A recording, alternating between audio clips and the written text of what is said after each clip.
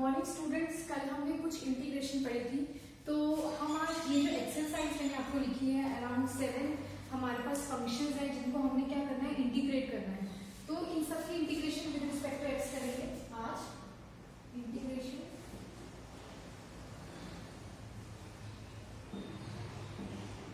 With respect to x. So इनकी integration कैसे होगी? सबसे पहले एक्स क्यूब हमने किया है, मैं फिर से इसको रिवाइज करवा देती हूँ कि ऐसे एक्स एन की फॉर्म मिलेगी। तो हमने इसका फॉर्मूला पढ़ा है X N plus 1 upon N plus 1। So X cube D X ये क्या आ जाएगी, X 3 plus 1 upon 3 plus 1 which gives you X 4 upon 4। ठीक है, तो ये आपका क्या है, इसकी इंटीग्रेशन अभी by using this formula X N D X equals to X N plus 1 upon N plus 1। ठीक है, अब अगर कुछ ऐसा आता है आपके पास, मतलब दोनों जो टर्म्स हैं वो एडिशन में है तो या सब्ट्रैक्शन में भी है, तो कैसे होगा, X square plus 1 by X DX. तो इसको जब इंटीग्रेट करना होगा तो कैसे करना होगा, जैसे डिफरेंशिएशन में हम करते थे 1 बाय 1 टर्म को डिफरेंशिएट करते थे, वैसे यहाँ पे भी 1 बाय 1 टर्म को हम क्या करेंगे, इंटीग्रेट करेंगे। तो इसको भी मैं वैसे ही कर देती हूँ। पहले होगी एक्स स्क्वायर की integration with respect to X, फिर होगी 1 बाय एक्स की integration with respect to x.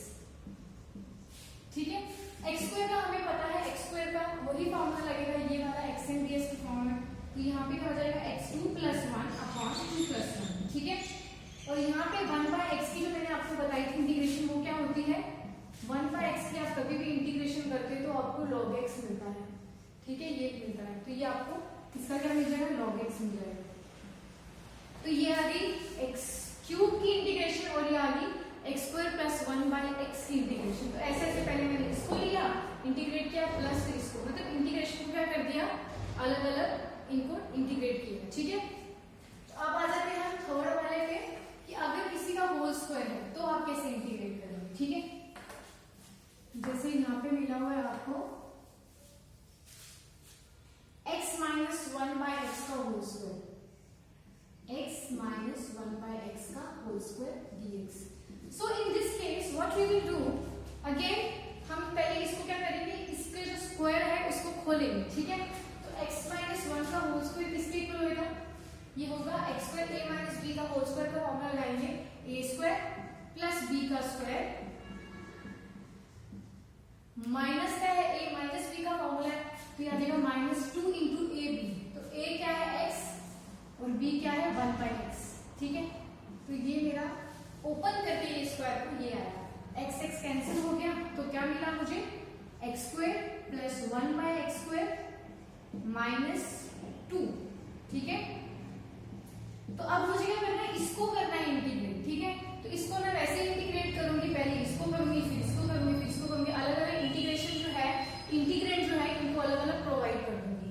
कैसे, पहले इसको प्रोवाइड करूंगी इंटीग्रेट, फिर बीच का प्लस का साइन वैसे का वैसा ही, फिर इंटीग्रेंट 1 बाय एक्स स्क्वायर मिल जाएगा, फिर इंटीग्रेंट मिल जाएगा 2।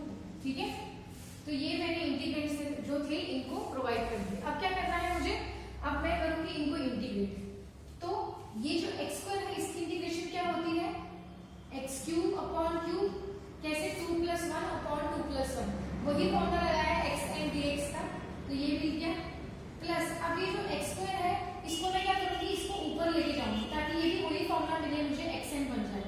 तो ये मैंने क्या किया, इसको मैं ऊपर लेके गई तो माइनस 2 डी एक्स हो गया। ठीक है, अब यहाँ पे क्या होगा, माइनस 2 को मैं बाहर लूंगी और dx की इंटीग्रेशन होगी। ठीक है, 2 एक कांस्टेंट है तो ये बाहर आ गया, तो dx ही बचा हमारे पास। अब इसके आगे मैं यहाँ पे कर देती हूँ, यहाँ पे क्या होगा, x³ बाय 3 वैसे का वैसा ही आ गया, राइट। फिर यहाँ से x माइनस 2 था। ठीक है, x माइनस 2 भी किसकी फॉर्म है, xn की फॉर्म है, जिसमें n जो है वो किसके इक्वल है, -2 के इक्वल है। ठीक है, तो हम इसको भी उसी तरह से करेंगे, इसकी integration xn plus 1 upon n plus 1 ही होगी। तो इसकी इंटीग्रेशन क्या बन गई, x minus 2 plus 1 upon minus 2 plus 1, right. फिर उसके बाद में -2 वैसे का वैसा ही लिखा। हमें पता है कि dx की इंटीग्रेशन किसके इक्वल होती है, x के इक्वल होती है, जो हमने पहले पढ़ी थी। सबसे फर्स्ट इंटीग्रेशन हमने यही पढ़ी थी कि अगर हम dx को एक नॉर्मल वन, कोई भी वन है उसको इंटीग्रेट करते हैं तो हमें x ही मिलता है। ये वाला जो इंटीग्रेट होता है ये x के इक्वल होता है, तो ये मैंने x के इक्वल मल्टीप्लाई कर दिया 2 के साथ, तो 2x बन गया। अब नीचे क्या बचा, x³ upon 3, x minus 2 plus 1 कितना हो गया, -1, और यहाँ पे भी -1, तो ये क्या हो जाएगा, ये हो जाएगा माइनस, यहाँ पे लिख सकते हैं, और यहाँ पे क्या लिख सकते हैं, x माइनस 1 अपॉन 1। ठीक है, ये वाला इसका -1 तो मैंने इधर कर दिया मल्टीप्लाई, तो ये माइनस हो गया, तो अभी लिखो ना, लिखो x माइनस 1 भी लिख सकते हो। ठीक है, -2x भी आ गया ऐसे। फिर हमें क्या मिला, x³/3, ये नीचे आ जाएगा तो 1/x हो जाएगा। ये जो पावर है हम इसको पॉजिटिव में कैसे करेंगे, ऐसे इसका इनवर्स हो जाएगा, 1/x लिखा जाएगा। ठीक है, और ये -2x वैसे का वैसा। तो इस तरह से ये वाला जो है इंटीग्रेट होगा। कैसे, मैंने पहले होल स्क्वायर बोला, फिर उसके बाद में जो आया वो मैंने लिखा, फिर उसके बाद में मैंने इंटीग्रेट क्या कर दिए, इनको अलग अलग दे दिए, और फिर इंटीग्रेशन कर दी। तो इंटीग्रेशन इस तरीके से हुई। ठीक है, अब हम आ जाते हैं हमारा एक्सपोनेंशियल फंक्शन। एक्सपोनेंशियल फंक्शन की खासियत मैंने आपको बताई थी कि इसको किसी से फर्क नहीं पड़ता until and unless a constant is being multiplied with the variable x। तो यहाँ पे आप कांस्टेंट देख रहे हो, 5 कांस्टेंट मल्टीप्लाइड है x के साथ, तो इसमें क्या चेंज आ जाएगा इंटीग्रेशन में कि जो डिफरेंशिएशन है इसकी वो डिनोमिनेटर में आ जाएगी, जो हमने पहले की हुई है। तो मैं इसको करवा देती हूँ आपको। अगर मेरे पास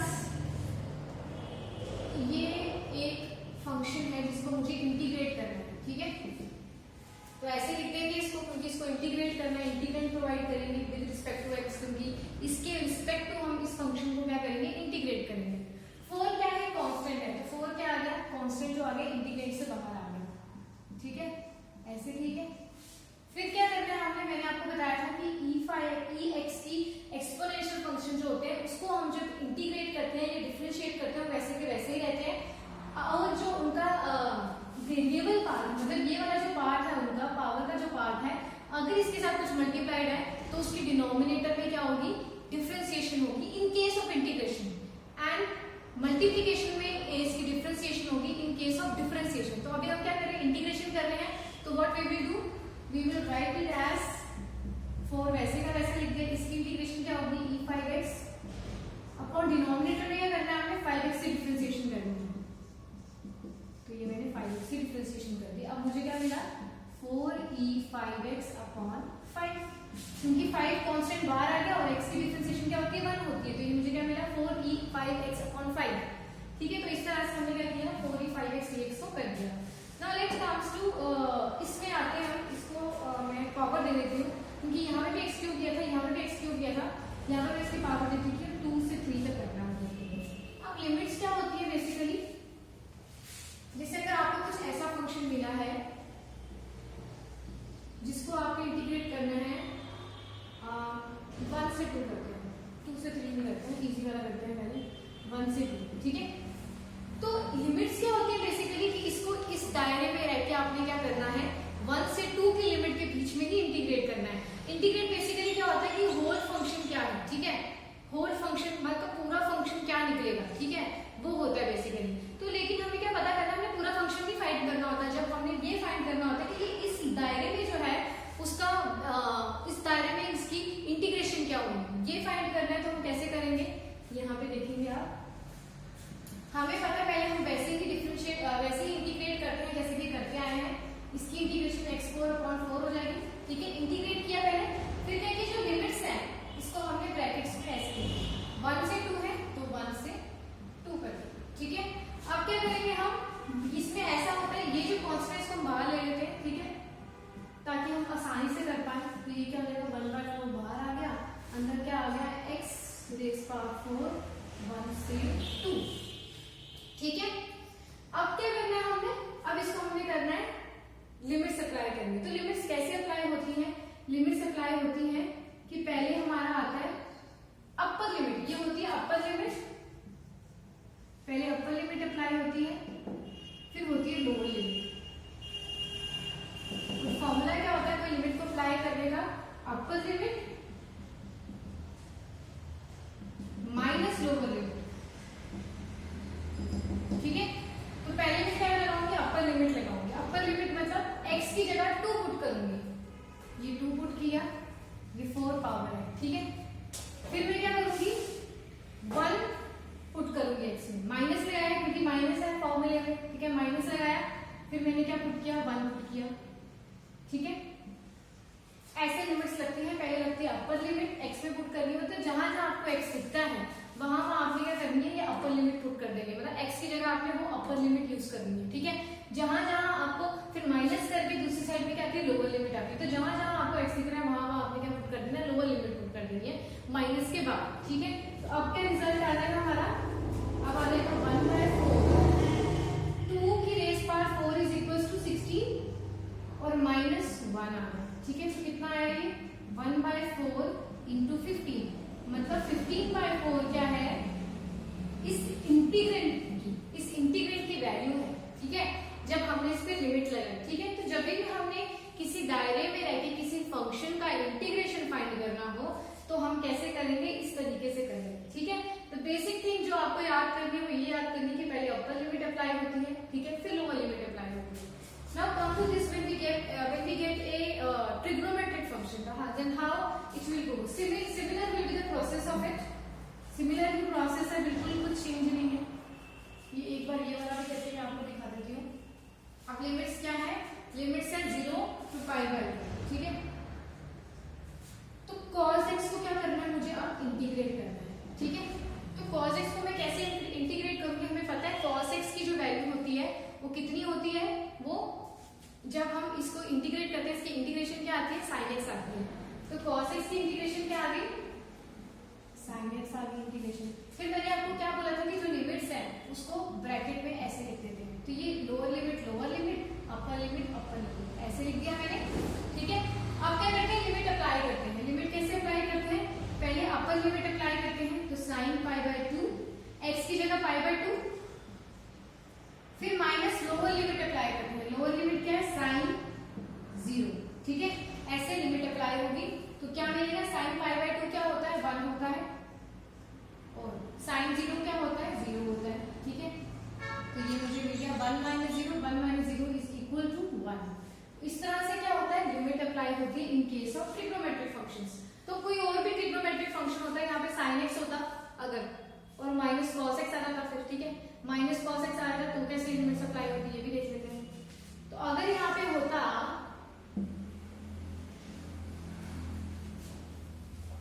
अगर यहाँ पे होता, अभी हमने लिया cos x, तो यहाँ पे होता sin x, ठीक है। तो इसकी इंटीग्रेशन क्या होगी, इसकी इंटीग्रेशन होगी माइनस cos x, और यहाँ पे क्या होना था, 0 से π/2, limits lower limit, upper limit. फिर क्या कर दिया, cos π/2 पुट करेंगे पहले इसमें, तो ये माइनस है तो माइनस cos π/2, ठीक है। फिर माइनस आना था फिर से लोअर लिमिट का, हमारा जो फॉर्मूला है बेसिकली वो क्या कहता है, upper limit minus lower limit, ठीक है। फंक्शन अपर लिमिट में डाल के फिर लोअर लिमिट में डाल के कैसे बनेगा, अपर लिमिट में मैंने π/2 लगाया, माइनस cos π/2 बना, माइनस लोअर लिमिट था, फिर मैंने इसको लोअर लिमिट लगाई। अब ये फंक्शन तो माइनस में है ना, तो माइनस cos 0 आ गया, ठीक है, ऐसे बन गया। अब क्या होगा आगे, माइनस cos π/2 कितना होता है हमारे पास, माइनस cos π/2 0 होता है, तो ये आ गया -0, ठीक है।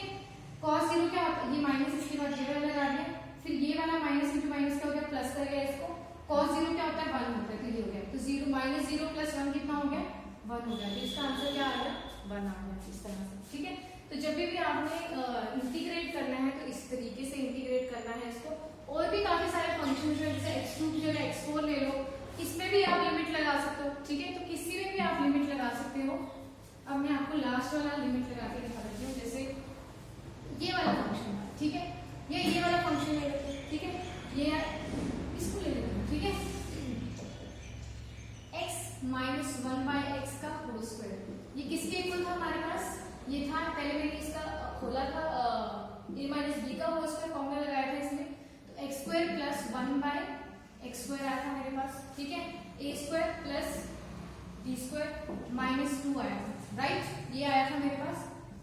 इसको मैंने क्या कर दिया था, ऐसे लिख दिया था, ठीक है। अगर मुझे इसको इंटीग्रेट करना है 1 से 2 तक, ठीक है, 1 से 2 यहाँ पे भी लिख दिया मैंने। अब मैं क्या करूंगी, यहाँ पे एक्चुअली में 2ab था, तो वो कैंसिल हो गया, x आपको पता है एज इट इज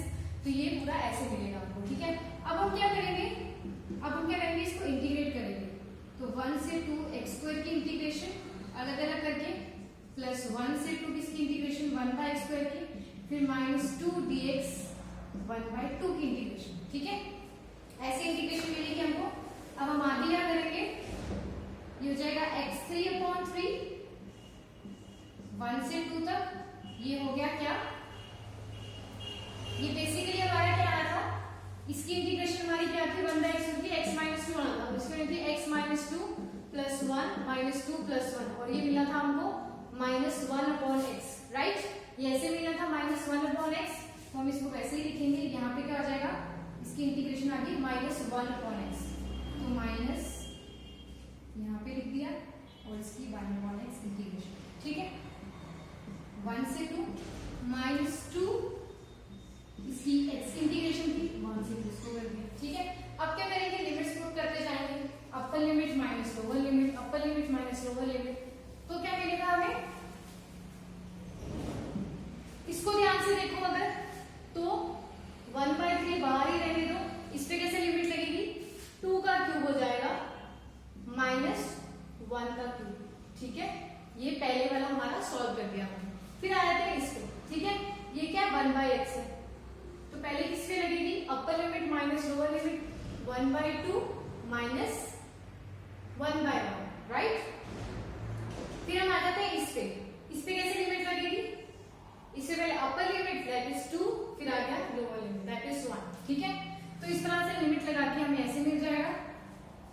अब हम क्या करेंगे, इसको सॉल्व करेंगे, तो 1/3 8 - 1 is 7, तो ये 7 आ गया, इसको मैं ऐसे लिख देती हूँ, 7/3 लिख देती हूँ, ठीक है। इसका 7/3 आ गया। इसका क्या आ गया मेरे पास, 1/2 - 1, 1/2 - 1 किसके इक्वल होता है, -1/2 के इक्वल होता है, तो ये बेसिकली -1/2 जो इसका आंसर आएगा, ये इसके साथ जब मल्टीप्लाई होगा तो +1/2 हो जाएगा, ठीक है। 2 में से 8 निकाला तो कितना बचा, 1 बचा, ये 2 एज इट इज, ठीक है। तो ये हमारा क्या आ जाएगा, इसका आंसर आ जाएगा। तो इसी तरह से जब लिमिट्स होती हैं, लिमिट्स आपको कहीं इंटीग्रेट में लगाई दी होती है, तो आपने इस तरह से लिमिट इंपोज करनी है, लिमिट लगानी है और इंटीग्रेंट की वैल्यू फाइंड करनी है। तो थैंक यू सो मच, आज के लिए।